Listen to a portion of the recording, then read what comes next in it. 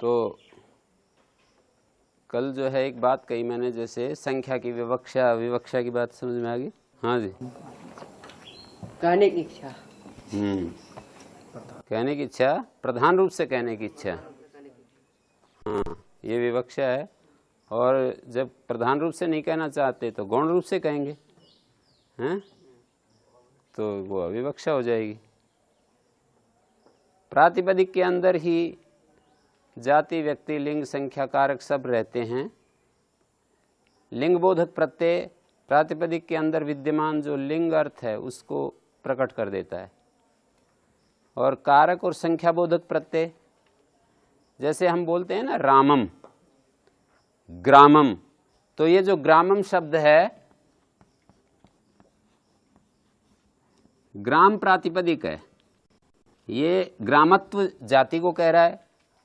ग्रामत्व जाति को हम अपने अंदर लिए हुए है, और वो जाति जिसके आश्रय से रहती है वो व्यक्ति, उसको भी ग्राम अपने अंदर समेटे हुए है, और एक लिंग को भी समेटे हुए अपने अंदर, पुल्लिंग, स्त्रीलिंग, नपुंसकलिंग, इन तीनों में से कोई एक लिंग को, हैं? और संख्या को, एकत्व, द्वित्व, बहुत्व को भी अपने अंदर धारण किए हुए है, और कर्ता, कर्म, करण, संप्रदान, अपादान, ये जो हैं अधिकरण, इन कारकों को भी अपने अंदर लिए हुए है। ठीक है? तो लिंग बोधक प्रत्यय जो आकर के कहीं पर लिंग बोधक प्रत्यय की जरूरत होती है लिंग को प्रकट करने के लिए, जैसे स्त्रीलिंग के प्रत्यय होते हैं ना, यहाँ तो कोई ग्राम शब्द से लिंग बोधक प्रत्यय लाने की जरूरत नहीं है। तो यहाँ ग्राम शब्द में ही पुल्लिंग अर्थ भी समाविष्ट है, और ग्राम बोलने से पुल्लिंग जो अर्थ है वो भी ग्रहित हो जाता है। स्त्रीलिंग प्रसंग में स्त्रीलिंग प्रत्यय की आवश्यकता होती है, जैसे कुमार शब्द में स्त्रीलिंग अर्थ है, उसको प्रकट करने के लिए ई जुड़ जाता है। गीप, जिसको व्याकरण की भाषा में गीप कहते हैं, और लौकिक भाषा में कहोगे तो ई जुड़ जाता है, ऐसे बोलेंगे, अनुबंध हटा करके बोलेंगे। जैसे पाचक शब्द में पच धातु से णुल व्याकरण की भाषा है, लौकिक भाषा में कहेंगे तो अक जुड़ जाता है।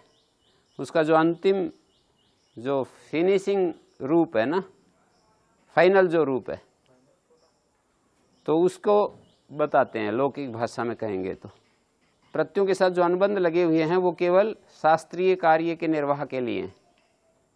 जैसे कहीं पर शें प्रत्यय किया, तो शें प्रत्यय हमने कहा ईश्वर शब्द है, ऐश्वर्य शब्द बन गया, हैं? तो हम ये कहेंगे कि यह प्रत्यय जुड़ गया लौकिक भाषा में। व्याकरण की भाषा में से प्रत्यय जुड़ गया। श जो चिन्ह लगाया वो तो इसलिए कि जिससे स्त्रीलिंग में प्रत्यय बनाएं तो गीप हो जाए, गीप, गीस, गीन, स्त्री प्रत्यय आ जाए। और यह यकार इसलिए कि आदि अच को वृद्धि हो जाए। तो लौकिक भाषा में तो यूं कहेंगे कि ऐश्वर शब्द से इधर भी ये फाइनल रूप बताएंगे, ऐश्वर शब्द से ये प्रत्यय जुड़ गया है। ऐश्वर का मतलब होता है ईश्वर का भाव, हैं? ऐश्वर्य बोलते हैं ना, नहीं, लौकिक भाषा और शास्त्रीय भाषा में बता रहा हूं। लौकिक भाषा में तो वो जो अंतिम शब्द है, जैसे पाचक है तो पांच शब्द से अक जुड़ गया, पांच धातु है, अक प्रत्यय। व्याकरण की भाषा में पच धातु से, बल्कि डुपचस पाके धातु से णुल जुड़ गया है, ये व्याकरण की भाषा है। ठीक है? तो ऐश्वर्य यहाँ तो बिल्कुल हमें कुछ भी कार्य करके नहीं दिखाना कि भाई ईश्वर शब्द था, आदि में वृद्धि हो गई, ये हो गया, वो हो गया, है ना। लौकिक भाषा में तो तोड़ करके दिखाना भी है, आपको दिखाना भी है। वैसे तो लौकिक भाषा में यूं कहते हैं कि एक अखंड शब्द है ये, बल्कि शब्द भी क्या, पूरा वाक्य ही अखंड है, हैं? और वही अर्थ को देता है, हैं? पर फिर भी यदि दिखाना है शब्द के अंदर, तो लौकिक भाषा की दृष्टि से तो ये कहेंगे कि 5 धातु है, अक प्रत्यय, ऐश्वर शब्द है, यह प्रत्यय है, ऐसे बोलेंगे। व्याकरण की भाषा में कहेंगे तो ईश्वर शब्द से भाव अर्थ में शे प्रत्यय हुआ है, ऐसे करके बताएंगे। बिल्कुल जो व्याकरण पढ़ा हुआ नहीं है और उसको बताना है, आपको कुछ थोड़ा सा उसको मतलब अपनी बात कहनी है, तो वहाँ आप ये थोड़ी कहोगे ईश्वर शब्द है, ये हो गया वो हो गया। आप कहोगे कि ये शब्द है और ये 2 चीज़ होती है, कम से कम जितने शब्दों में वो आप अपनी बात कह सको वो ठीक होगी, हैं? तो आप 2 चीज़ बता देंगे कि इन शब्दों में हमने विभाग किए हैं, एक हिस्से को प्रकृति माना है, दूसरे को प्रत्यय। प्रकृति प्रत्यय ये तो आप बता सकते हैं। पूर्व भाग को प्रकृति कहते हैं, उत्तर भाग को प्रत्यय कहते हैं। प्रत्ययों के कुछ अर्थ होते हैं, प्रकृति के कुछ अर्थ होते हैं, इतनी बात आप सामान्य रूप से बता सकते हैं? पर ये प्रत्यय है, उससे ये वृद्धि हो गई, ये लोप हो गया, ये सब व्याकरण पढ़ने वालों के लिए होते हैं?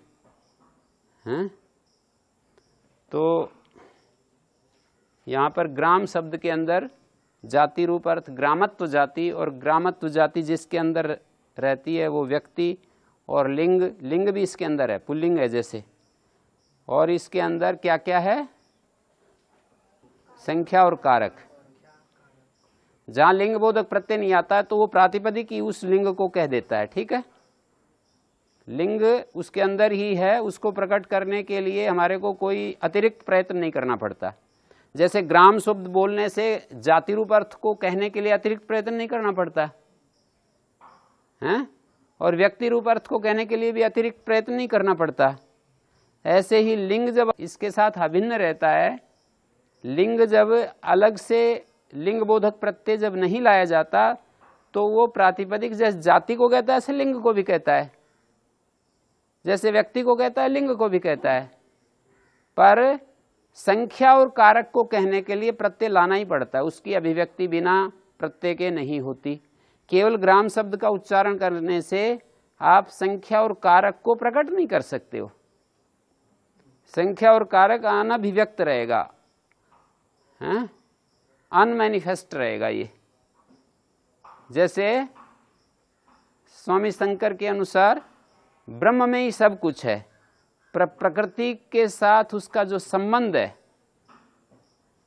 हैं?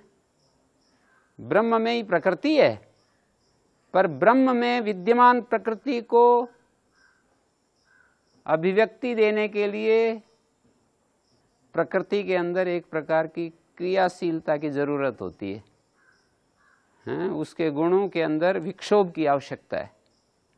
ब्रह्म के अंदर ही है वो प्रकृति, पर स्वामी शंकराचार्य कहें कि भाई ब्रह्म के अंदर ही है वो प्रकृति, वो प्रकृति भी उसी का रूप है। जैसे ये इसको समझ सकते हो आप कि संख्या और कारक उसी का भाग है, पर यहाँ तो कुछ बाहर से प्रकट करने के लिए जोड़ा जा रहा है, तो वहाँ पर भी यूँ कह सकते हैं कि प्रकृति उसी का भाग है, पर उसके प्राकट्य के लिए ईक्षण की जरूरत है या संकल्प की जरूरत है। यहाँ पर प्रत्यय की जरूरत है, वहाँ पर ईक्षण की जरूरत है, संकल्प की जरूरत है।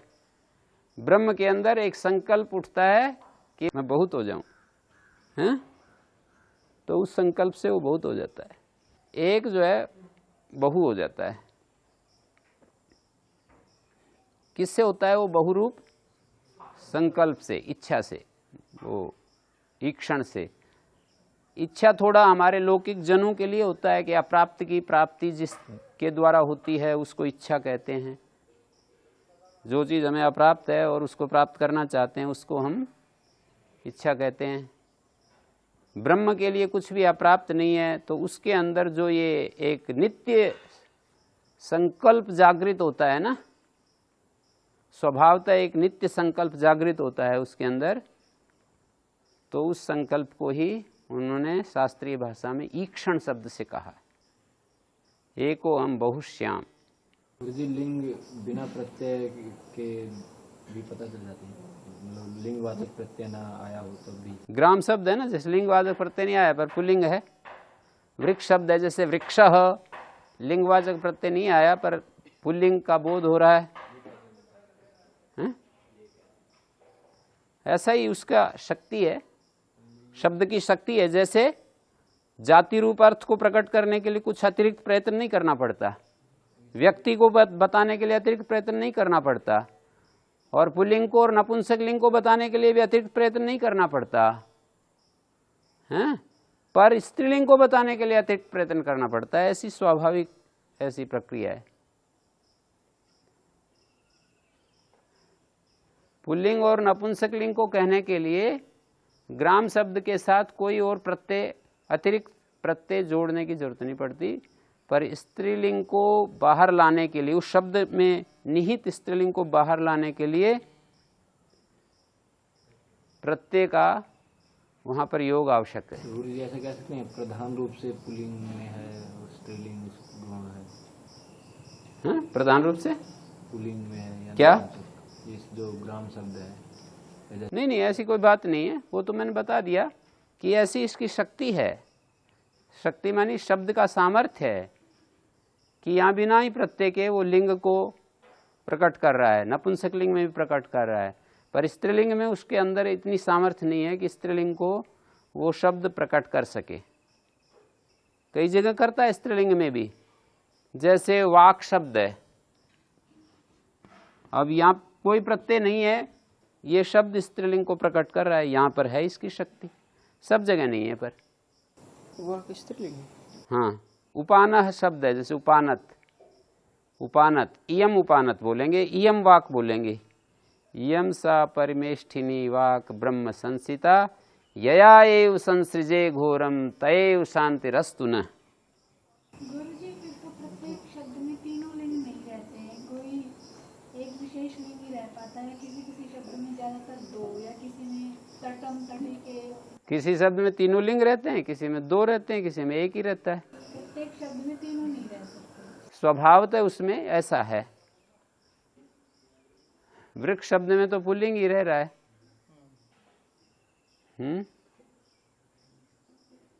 नदी में दो रह रहे हैं, नदह नदी, कुमार शब्द में दो है ना। कुमार और कुमारी, नदी उदाहरण दे दिया मैंने, नदह नदी। ब्राह्मण में भी दो हैं, ब्राह्मण ब्राह्मणी।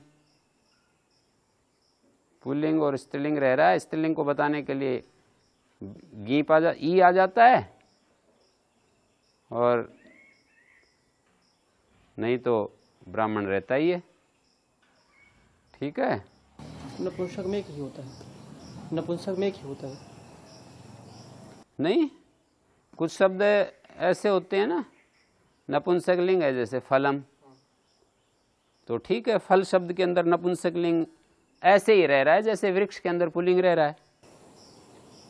जैसे अभी नदी से नदी दो बन गए, नदा नदह नदी दो बन गए ना, तो फली फल ऐसे नहीं, फली भी बन जाता है वैसे तो, पर फली कुछ अलग अर्थ में होता है। फली शब्द भी फलम अस्यास्ति फली इस अर्थ में है। फली, फली वो स्त्रीलिंग नहीं है। फली जो बोलते हैं ना, फली लग रही है, पेड़ के ऊपर फली लग रही है, तो वहाँ पर हिंदी में तो बोल देते हैं फली लग रही है, मतलब कोई ऐसी लंबी चीज़ है उसको फली कहते हैं।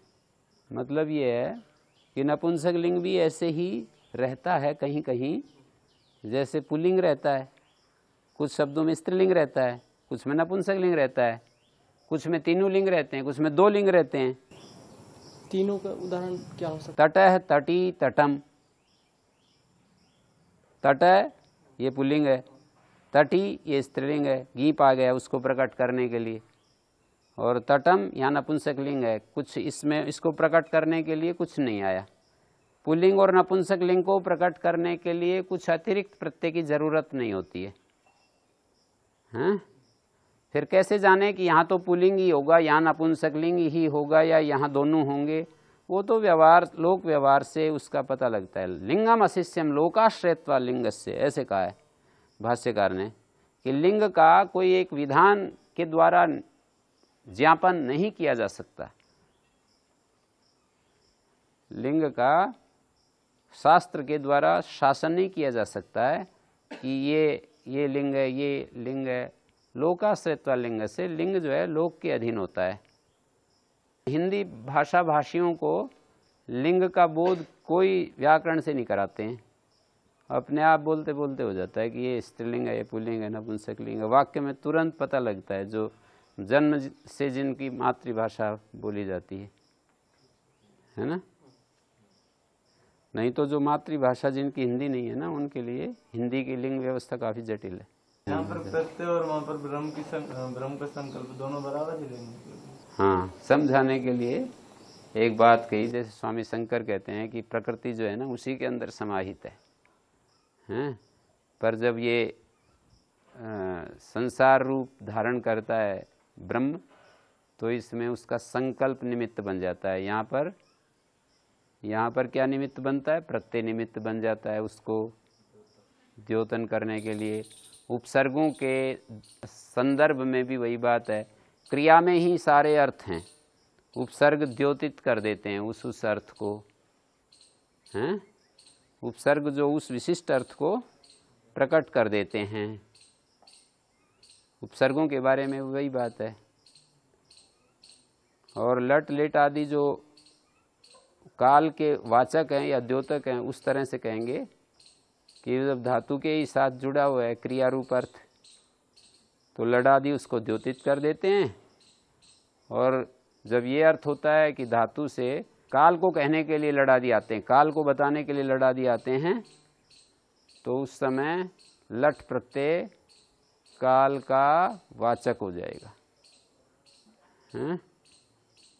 मानी उस अर्थ को बताने वाला हो जाएगा। यहाँ पर एक बात मैं अब पूछना चाह रहा हूँ कि जैसे मैंने कल एक बात कही थी, सामान्य विशेषा गोत्वादया इव, सामान्य विशेषा स्त्रीत्वादया, सामान्य विशेषा स्त्रीत्वादया गोत्वादया इव बहु प्रकारा व्यक्तया। यहाँ पर बहुत प्रकार वाले व्यक्ति हैं। व्यक्ति का अर्थ काशिका के व्याख्याकार हैं, दो प्रसिद्ध व्याख्याकार। काशिका के ऊपर दो व्याख्याएं लिखी गई हैं, एक का नाम न्यास है, एक का नाम पद्मंजरी है। काशिका के ऊपर दो व्याख्याएं, ऐसे महाभाष्य के ऊपर भी दो व्याख्याएं हैं, प्रदीप और उद्योत हैं। तो उन दोनों व्याख्याकारों ने ना आश्रय अर्थ किया है व्यक्तया। तो मैं आपसे ये पूछूं कि जैसे ये जो सामान्य विशेष होते हैं, ये इसके द्वारा व्यक्तियों के द्वारा प्रकट होते हैं ना। सामान्य विशेष क्या है? स्त्रीत्वादि है, स्त्रीत्व पुंस्त नपुंसकत्व क्या है? सामान्य विशेष हैं। ये सामान्य विशेष जैसे स्त्रीत्व पुंस्त नपुंसकत्व के संदर्भ में देखे जाते हैं, ऐसे ही सामान्य विशेष जाति के संदर्भ में भी देखे जाते हैं। जैसे गोत्व, अश्वत्व, ये जो जितनी भिन्न विभिन्न प्रकार की जातियां हैं, वहाँ पर भी सामान्य विशेष इसको देखा जाता है। जैसे गो सामान्य सजातीय की दृष्टि से सामान्य और विजातीय की दृष्टि से विशेष। गो में जो सामान्य है, सजातीय जितने भी व्यक्तियां हैं ना, गो व्यक्तियां, गौशाला में 100 पशु बंधे हुए हैं, तो सब परस्पर सजातीय की अपेक्षा से सामान्य इसको धारण कर रहे हैं। गोत्व के अंदर सामान्य है ना, सजातीय उन पदार्थों की दृष्टि से तो गोत्व में सामान्य है, और विजातीय अश्वादि की दृष्टि से विशेष है। तो ऐसे ही पुंस्त्व सामान्य, स्त्रीत्व सजातीय की दृष्टि से पुंस्त्व सामान्य है, और विजातीय जो स्त्रीत्व नपुंसकत्व उसकी दृष्टि से वो पुंस्त्व में विशेष धर्म है। तो सामान्य विशेष हैं ये स्त्रीत्व पुंस्त्व नपुंसक, मानी प्रत्येक। जैसे स्त्रीत्व है ये सामान्य और विशेष है, पुंस्त्व ये सामान्य विशेष है, नपुंसकत्व ये सामान्य विशेष है। जैसे गोत्व में सामान्य भी है और विशेष भी है, विजातीय की दृष्टि से वो विशेष है, सजातीय की दृष्टि से सामान्य है। अब मैं ये कहना चाह रहा हूँ कि जैसे स्त्रीत्वादि सामान्य विशेष हैं, और उसके व्यक्ति क्या हैं? बहु प्रकारा व्यक्तया। ये जो सामान्य विशेष हैं, बहुत प्रकार हैं जिनके ऐसे हैं वो व्यक्ति। व्यक्ति माने आश्रय, व्यक्ति माने आश्रय। व्यज्यते आभि सामान्य विशेषा। व्यक्ति वो चीज है जिसके द्वारा सामान्य विशेष प्रकट होता है। व्यक्ति वो चीज है जिसके द्वारा सामान्य विशेष प्रकट होता है। जैसे गोतु सामान्य है और गोतु विशेष है। गोतु में सामान्य भी है और विशेष भी है, पर ये जो गोतु है ये अभिव्यक्त आश्रय के द्वारा होगा। वो सामान्य विशेष जिस आश्रय से वो ठहरता है ना, उसको हम व्यक्ति कहेंगे। गोत्व जिस आकार प्रकार में रह रहा है, गोत्व जैसे मनुष्य इस आकार प्रकार में रह रहा है ना, मनुष्यत्व, तो ये व्यक्ति कहलाएगा जिसको हम टच कर सकते हैं, जिससे हम काम ले सकते हैं, जिसको जो बोलेगा, जो चलेगा, जो खाएगा पिएगा, ये व्यक्ति करता है ये सारी क्रियाएं। किसी को हम बांधें किसी पेड़ के साथ, जाति को बांधेंगे या व्यक्ति को? व्यक्ति को ही बांध सकते हैं, जाति को नहीं बांध सकते। किसी चीज का दूध निकालेंगे तो व्यक्ति से दूध निकालेंगे, वो जो व्यक्ति है उससे दूध निकालेंगे, जाति से दूध नहीं निकाल सकते हैं। और जो है पानी पिलाएंगे, चारा खिलाएंगे, ऑपरेशन करेंगे, दवाई देंगे, सब जो है व्यक्ति के साथ हैं, है ना। पर वो जाति रूप अर्थ इस व्यक्ति के सहारे ही रहता है। जाति और व्यक्ति, सामान्य और विशेष और व्यक्ति, इन दोनों के बीच में दो चीजें हैं तो एक संबंध कोई ना कोई होगा ही। तो सामान्य विशेष और व्यक्ति के बीच में कौन सा संबंध रहता है? सामान्य विशेष और व्यक्ति के बीच में एक रिलेशन है, वो कौन सा? उस रिलेशन को किन शब्दों से बताओगे? हाँ बताओ। सामान्य विशेष एक तरफ, व्यक्ति एक तरफ, दोनों के रिलेशन को कैसे बताओगे? आश्रय आश्रयी संबंध। हाँ, आश्रय आश्रयी संबंध कहलाएगा वो। व्यक्ति आश्रय है और सामान्य विशेष आश्रयी है। सामान्य विशेष एक तरफ है, व्यक्ति एक तरफ है, इन दोनों के संबंध को हम बताना चाहते हैं। तो सामान्य विशेष आश्रित है और व्यक्ति आश्रय है। आधार आधे भी कह सकते हो। सामान्य विशेष आधे है और व्यक्ति आधार है। आश्रय आश्रय संबंध है। हाँ, सामान्य विशेष की तरह जाति को रखेंगे और व्यक्ति की जगह व्यक्ति है ही, तो जाति व्यक्ति के बीच में जो संबंध है वो सामान्य विशेष और व्यक्ति के बीच में संबंध होगा। जाति व्यक्ति के बीच में आश्रय आश्रयी संबंध है, आधार आधे संबंध है, हैं? और क्या संबंध हो सकता है? न जो हम बोल रहे हैं आश्रय आश्रयी संबंध, आधार आधे संबंध, जाति व्यक्ति के बीच में वैसे समवाय संबंध है। समवाय संबंध बताने के लिए तो अविभाज्य संबंध है। इतना दो प्रकार के संबंध होते हैं, एक संयोग संबंध, समवाय संबंध। समवाय संबंध वो होता है जिसको विभाग नहीं किया जा सके, दो चीजों के संबंध को हम अलग ना कर सकें, वो समवाय संबंध होता है। जैसे आपके और आपके वस्त्र का समवाय संबंध नहीं है, संयोग संबंध है। आप अपने वस्त्र को अलग निकाल करके भी रख सकते हो, पर मनुष्यत्व का और आप व्यक्ति का संबंध समवाय संबंध है। गुण गुणी का, जाति व्यक्ति का, क्रिया क्रियावान का, अवयव अवयवी का समवाय संबंध होता है। हाँ? गुण गुणी, क्रिया क्रियावान, जाति व्यक्ति, अवयव अवयवी, इनका समवाय संबंध होता है। ठीक है यहां तक? तो सामान्य विशेष और व्यक्ति के बीच में, व्यक्ति का मतलब आश्रय, किस साधन में प्रत्यय हुआ है? व्यक्ति शब्द किन साधना, किन साधना व्यक्ति शब्द, ऐसे पूछेंगे तो क्या बताओगे? किन साधना, किस साधन वाला है व्यक्ति शब्द?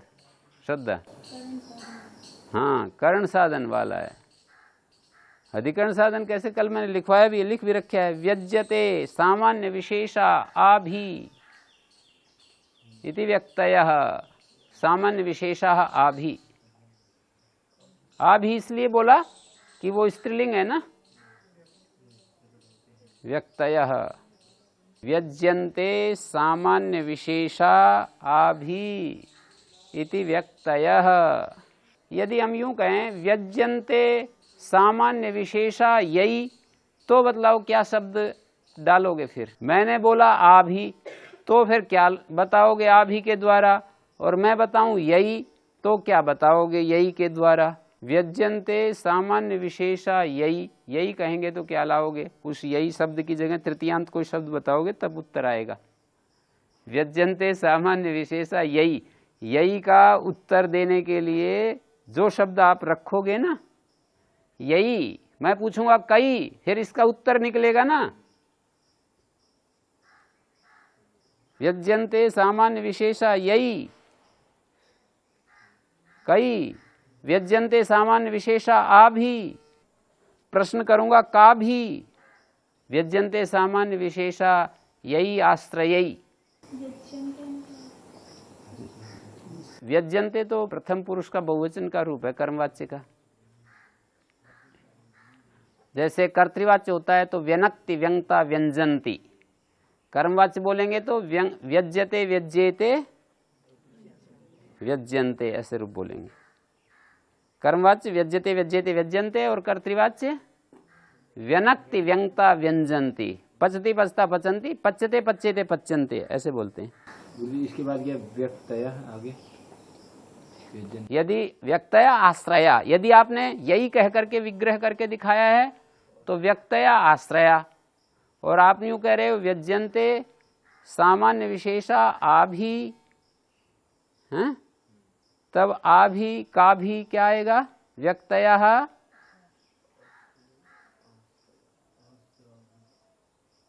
आकृतयः।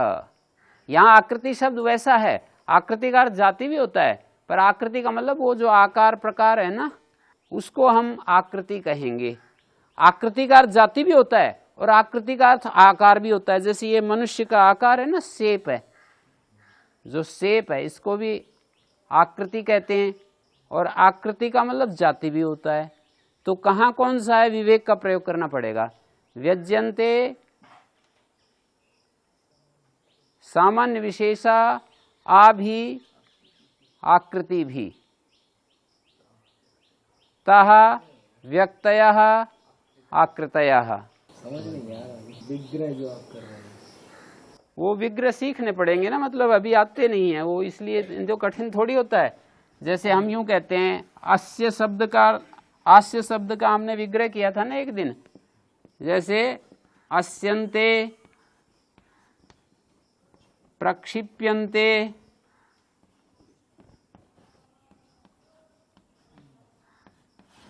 वर्णा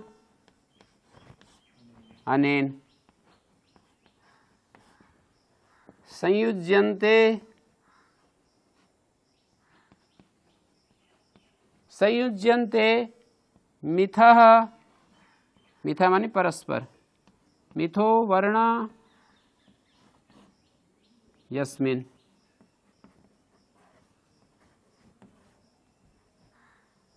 हाँ? इसी तरह से ये संयोग शब्द बनेगा, ये आस्य बनेगा। अस्यन्ते प्रक्षिप्यन्ते वर्णानेन, जिसके द्वारा वर्ण फेंके जाते हैं वो आस्य मुख कहलाएगा, आस्यम मुखम। और संयुज्यन्ते मिथो वर्णा यस्मिन्, वो संयोग जो है, जैसे संयुक्त वर्ण होते हैं ना, जैसे चित्वान, ये देखिए नय और तय है ना, तो संयुक्त होते हैं वर्ण जिसमें नय और तय ये समुदाय, तो इसको संयोग कहेंगे। इसी तरह से मैंने ये शब्द बोला है व्यक्तया के लिए, व्यज्यन्ते सामान्य विशेषा, जैसे यहां वर्णा लिखा है ना मैंने, इसी तरह ये सामान्य विशेषा को समझ लो।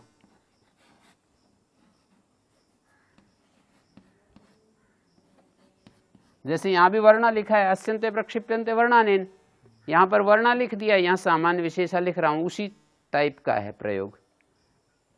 संयुज्यन्ते मिथो वर्णा यस्मिन, यहाँ यस्मिन आया, यहाँ अनेन आया, यहाँ पर सामान्य विशेषा यही या अभी। बुध्यते अनेन,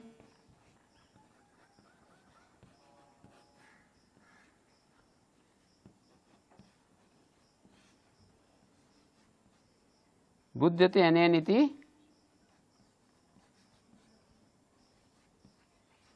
ये बुद्धि शब्द किस साधन वाला है?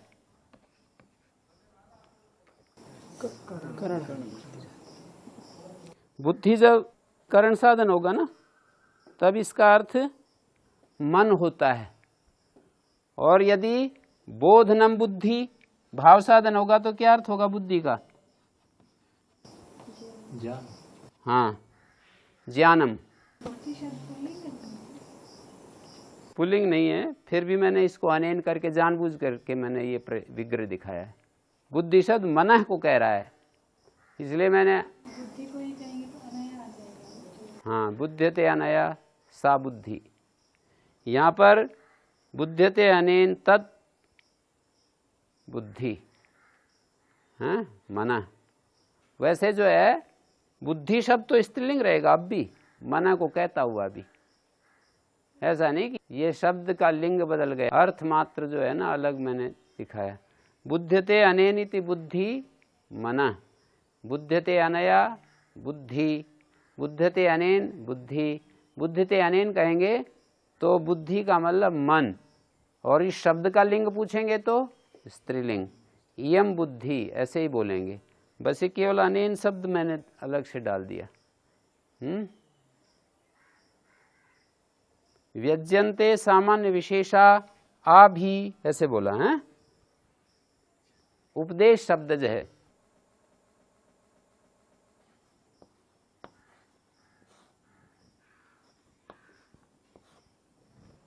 उपदिश्यन्ते,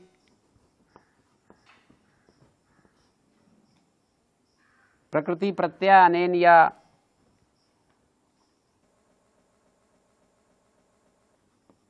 उपदिश्यन्ते नियमः अनेन, यहाँ वर्णा था या नियम आ गया। उपदेश किए जाते हैं नियम जिसके द्वारा, तो वो क्या आएगा? अनेन के द्वारा क्या कहोगे?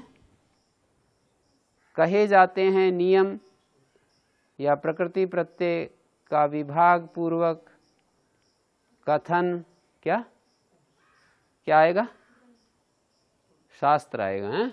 उपदिश्यन्ते नियमा अनेन, व्याकरण शास्त्र आएगा। उपदेश, उपदेशः। हैं? करण साधन में करेंगे तो उपदिश्यन्ते अनेन इति उपदेशा माने जिसके द्वारा नियमों का उपदेश किया जाता है, जिसके द्वारा, वो क्या है? शास्त्र। और यदि हम कहें उपदिश्यते यह स उपदेशा, तब क्या आएगा? धातु का प्रातिपदिक का उपदेश किया जाता है। उपदिश्यते यह स उपदेश, धातु प्रत्यय प्रातिपदिक का उपदेश किया जाता है। और यदि हम उपदेशनम उपदेशा करें, भाव साधन करें, तो उपदेश का अर्थ हो जाएगा पाणिनि के द्वारा उच्चारण, प्रथम उच्चारण। पाणिनि ने जिसका उच्चारण किया है, उच्चारण उपदेश कहलाएगा। शब्द रचना जिसके द्वारा की गई है वो उपदेश है, शास्त्र। और जिसका उपदेश किया गया, किसी धातु का उपदेश किया गया या पर्टिकुलरली किसी प्रातिपदिक का उपदेश किया गया, कर्म साधन में उपदेश का अर्थ धातु प्रातिपदिक आदि आएगा। हैं? और उपदेशनम उपदेशा, ये भाव साधन है, तो उपदेशन का क्या अर्थ होगा?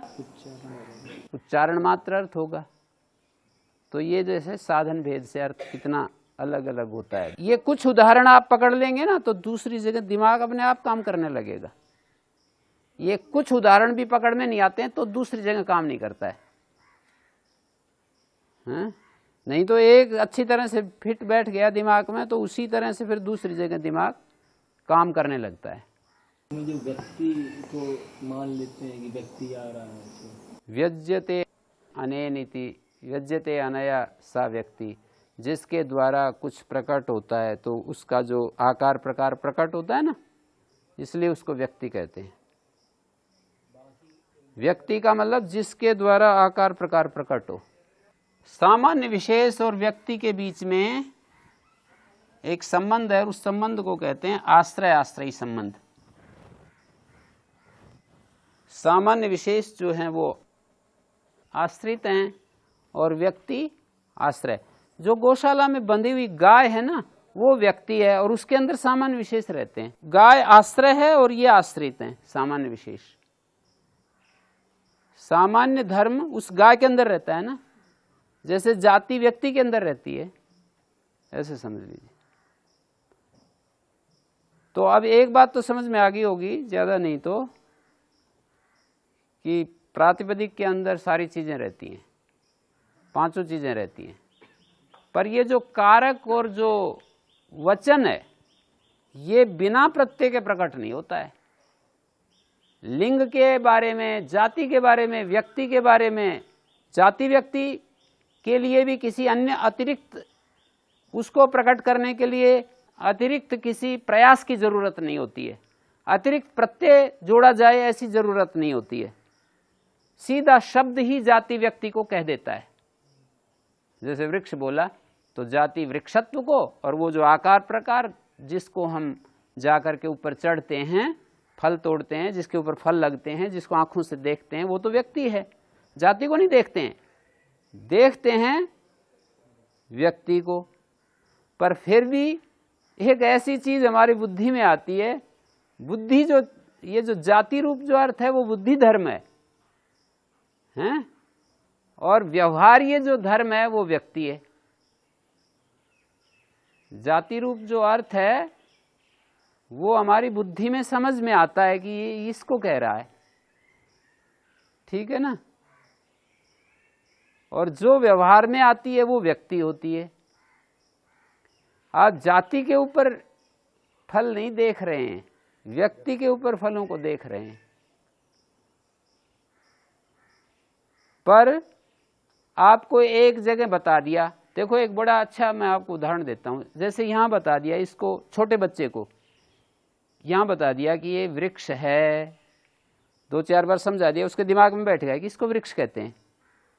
शुरू शुरू में उसको पता नहीं चलता, उसको स्मरण होना चाहिए कि इसको वृक्ष कहते हैं। और फिर 100 किलोमीटर दूर जाकर के दिखाया, पूछा कि ये क्या है, वो एकदम बता देगा कि ये वृक्ष है। किस आधार पर उसने उसको, यदि शब्द का अर्थ व्यक्ति ही हो तो उसको वहां जाकर के दोबारा बताना पड़ेगा कि ये वृक्ष है। एक बार बताते दूसरी जगह भी वो समझ लेता है, तो वो दूसरी जगह भी जो समझ रहा है ना, जिस हेतु से समझ रहा है, वो जाति के कारण से समझ रहा है कि उसके दिमाग में जाति फिट हो गई है। पर जो कार्य होता है वो जाति में नहीं होता है। यूं कहें कि वृक्ष पर चढ़, तो वो व्यक्ति के ऊपर चढ़ेगा। तो छोटे बच्चों को जब हम सिखाते हैं तो जाति ही वो ग्रहण करता है, तब वो उसके वहां पर एक बार बताने से और कभी नहीं बताना पड़ता फिर। और यदि शब्द का अर्थ व्यक्ति ही हो तो उसको बार बार वो चीज बतानी पड़ेगी, इसको ये कहते हैं, इसको ये कहते हैं, इसको ये कहते हैं। एक वृक्ष को बताने पर पास में खड़े हुए दूसरे को बताना पड़ेगा। शब्द का अर्थ व्यक्ति है, क्यों? यत परा शब्द स शब्दार्थ, एक न्याय है बहुत बड़ा। यत परा शब्द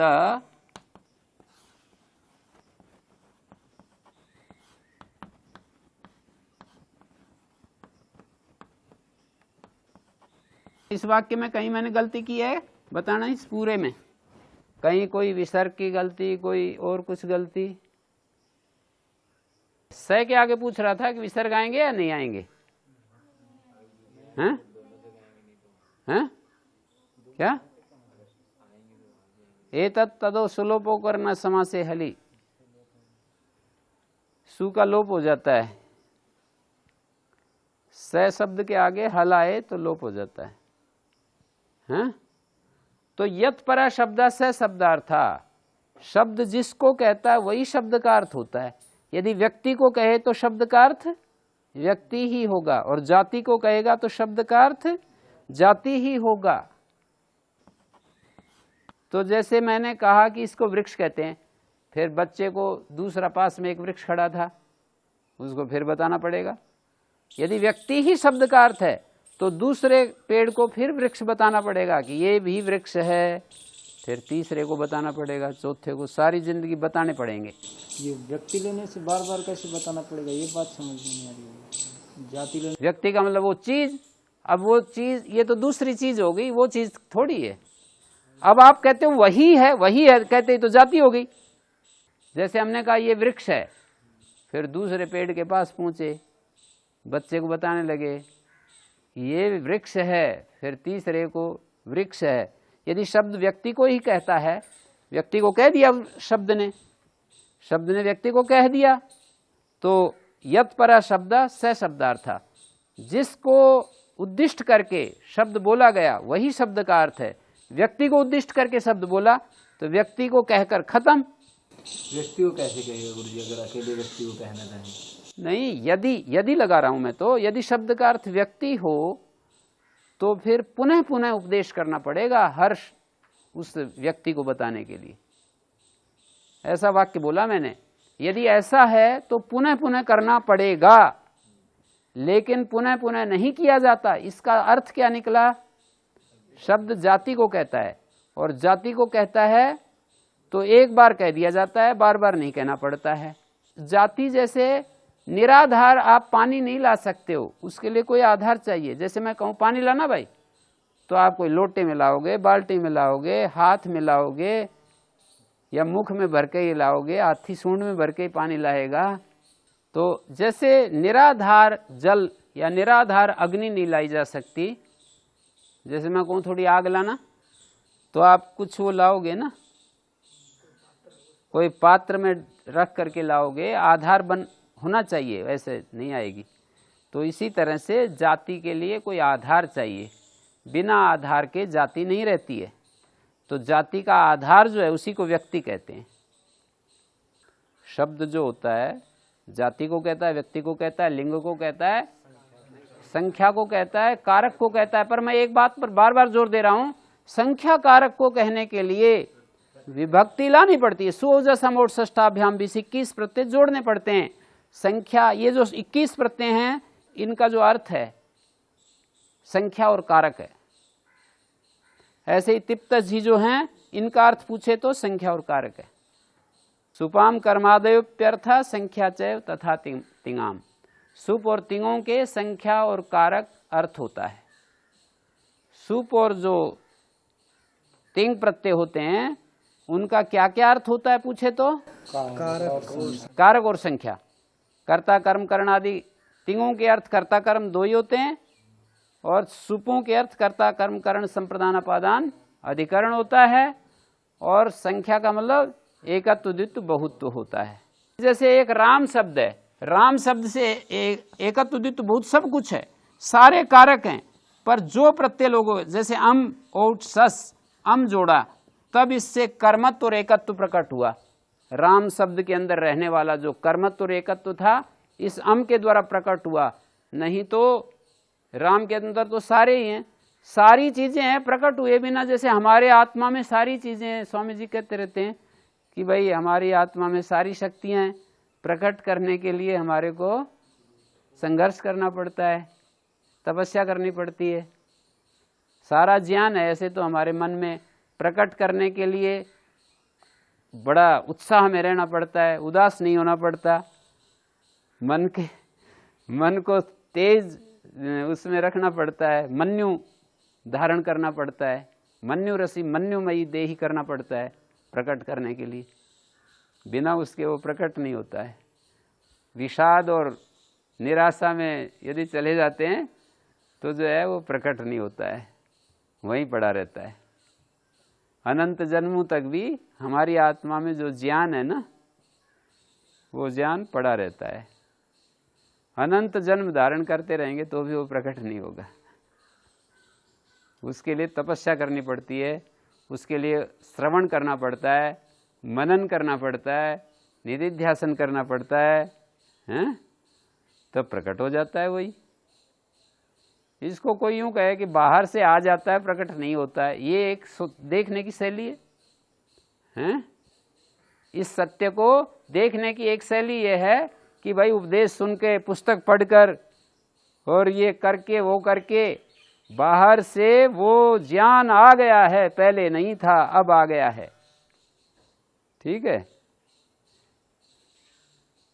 गुरुजी ने वो बोले वाक्य और बाहर से उसके अंदर पहुंच गया, शास्त्र ने सुनाए वो वाक्य और वो पहुंच गया।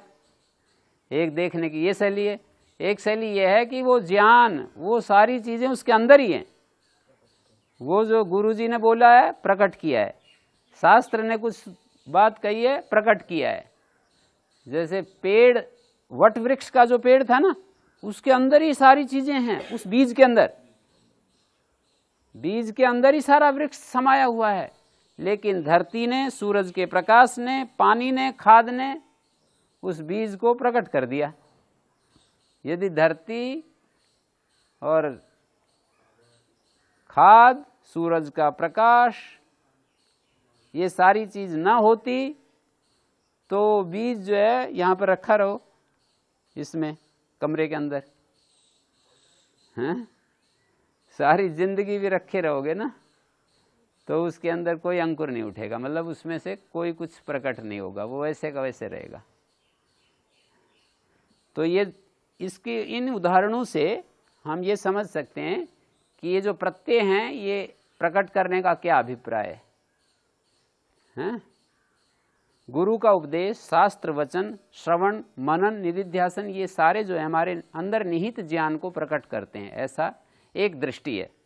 दूसरी दृष्टि वाले कहेंगे कि भाई ये साक्षात गुरु दे रहा है, प्रकट क्या कर रहा है, शास्त्र हमको दे रहा है, प्रकट क्या कर रहा है, ये दूसरी दृष्टि है।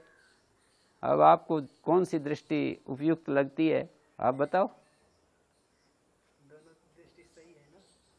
और यहां पर एक दृष्टि ये है, हाँ, इधर देखो, एक दृष्टि ये है कि ये जो प्रत्यय है ना, ये प्रत्यय किसको कह रहा है, कर्म को और एकत्व द्वित्व बहुत्व को। तो ये एक दृष्टि है कि प्रातिपदिक तो केवल जाति व्यक्ति लिंग को कह रहा है और प्रत्यय किसको कह रहा है, कर्म, करण, संप्रदान, मतलब कारक को और एकत्व द्वित्व बहुत्व को ये सुओजस आदि कह रहे हैं, प्रकट नहीं कर रहे, कह रहे हैं, हैं? ठीक है, समझ गए। ये जो हैं, ये जो प्रत्यय हैं, ये किसको कह रहे हैं, कारक और एकत्व द्वित्व बहुत्व को, कारक और एकत्व द्वित्व बहुत्व को कह रहे हैं। ये जो है एक दृष्टि है ये। तो उस पक्ष में यूं 5 प्रातिपदिक के अर्थ नहीं बताते, 3 बताते हैं, संख्या और कारक प्रत्यय कह रहा है।